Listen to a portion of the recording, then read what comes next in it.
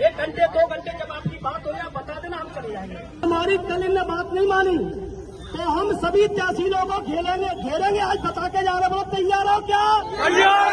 जिंदाबाद जिंदाबाद जिंदाबाद। अरे कृषि मंत्री, किसानों को खाद उपलब्ध कराओ, उपलब्ध कराओ, उपलब्ध कराओ।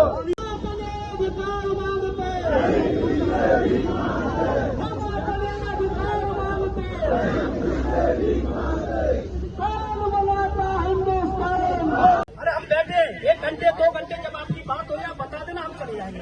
तो सही है कि नहीं सही है? खाद के लिए राहत जरूरी है। कुछ भू माफिया सुना है, ऐसा लग रहा है भू माफियाओं के द्वारा उसको खुर्द करना चाहते हैं।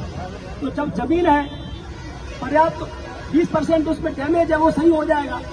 कोई सोसाइटी उससे पैसे भी देने को तैयार है, तो हमारा किसान गन्ने की खेती करने को तैयार है, उससे आय बढ़ेगी। तो उसको क्यों न सरकार शासन प्रशासन उनको चालू क्यों नहीं करना चाह रहा?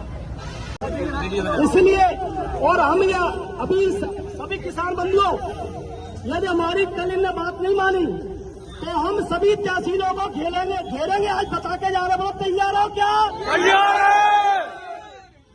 इसके जिम्मेदार शासन प्रशासन होगा, क्योंकि उनके कहने पर ही हम अट रहे हैं। इनकी भी एक बार हम बात मान लेंगे, क्योंकि ये हमारे साथ दोबारा टिक नहीं पाएंगे, सामने झूठ बोलेंगे तो। इसलिए कल कलेक्टर साहब के साथ बैठक करके ये डिसीजन कर लेंगे, और यदि नहीं माने तो अपन पूरे सभी सातों तहसीलों को तहसील में घेरेंगे किसान।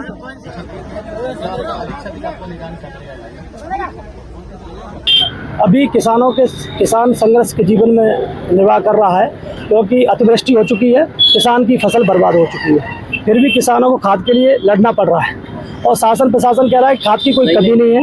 तो हम उनसे ये कहना चाह रहे हैं कि खाद की कोई कमी नहीं है, तो आप वितरण केंद्र बढ़ा दीजिए, सोसाइटियों को दे दीजिए, वहाँ से नगद किसानों को खाद मिल जाएगा, तो कोई व्यवस्था नहीं बिगड़ेगी, सभी किसानों को पर्याप्त खाद मिल जाएगा। क्योंकि भीड़ इसलिए है कि अभी हवा ये है कि खाद मिला के नहीं मिला आगे, क्योंकि एक ही मशीन है इन पे वितरण करने, 1-1, 2-2 है तहसीलों में बस। इसलिए वितरण केंद्र बढ़ा दिए जाए तो हमारी बहुत समस्या खत्म हो जाएगी।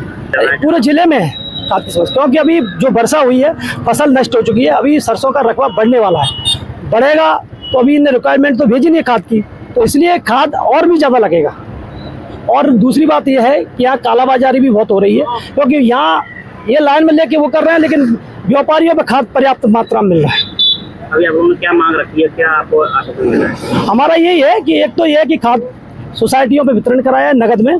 दूसरा, जो अतिवृष्टि से हुई है, अभी सरकार का मानना है कि 15% नुकसान हुआ है, लेकिन हमारे जो छोटे किसान हैं जिसको 2-2, 4-4 बीघा जमीन है उनका तो 100% नुकसान हुआ है। तो हम कह रहे हैं कि खेत को इकाई मानकर उनको मुआवजा या उनकी सर्वे करा के उनको कुछ राहत दी जाए। क्या आश्वासन मिला है?